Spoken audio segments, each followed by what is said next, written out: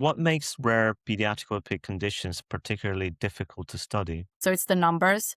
No single center really treats enough patients to produce strong evidence for or against a certain type of treatment. In addition, these conditions are very heterogeneous, which means that there's no two children that will have exactly the same phenotype of the disease, even if they have the same diagnosis, because they have all a little bit different anatomy and different functional limitations. So it's really hard to compare apples to apples, even if the apples are both called red. Also, of course, when children with dysplasias grow, the outcomes can change. So if you do surgery to a child that is 1 year old and at 5 everything seems fine, the thing might be very different when the child has reached skeletal maturity. So this also means that long-term follow-up is essential and very important in pediatric orthopedics, and patients should be followed until the end of growth, and I think preferably until adulthood. Right. So does this also explain why treatment traditions sometimes differ between hospitals and countries? Yeah, I think that this is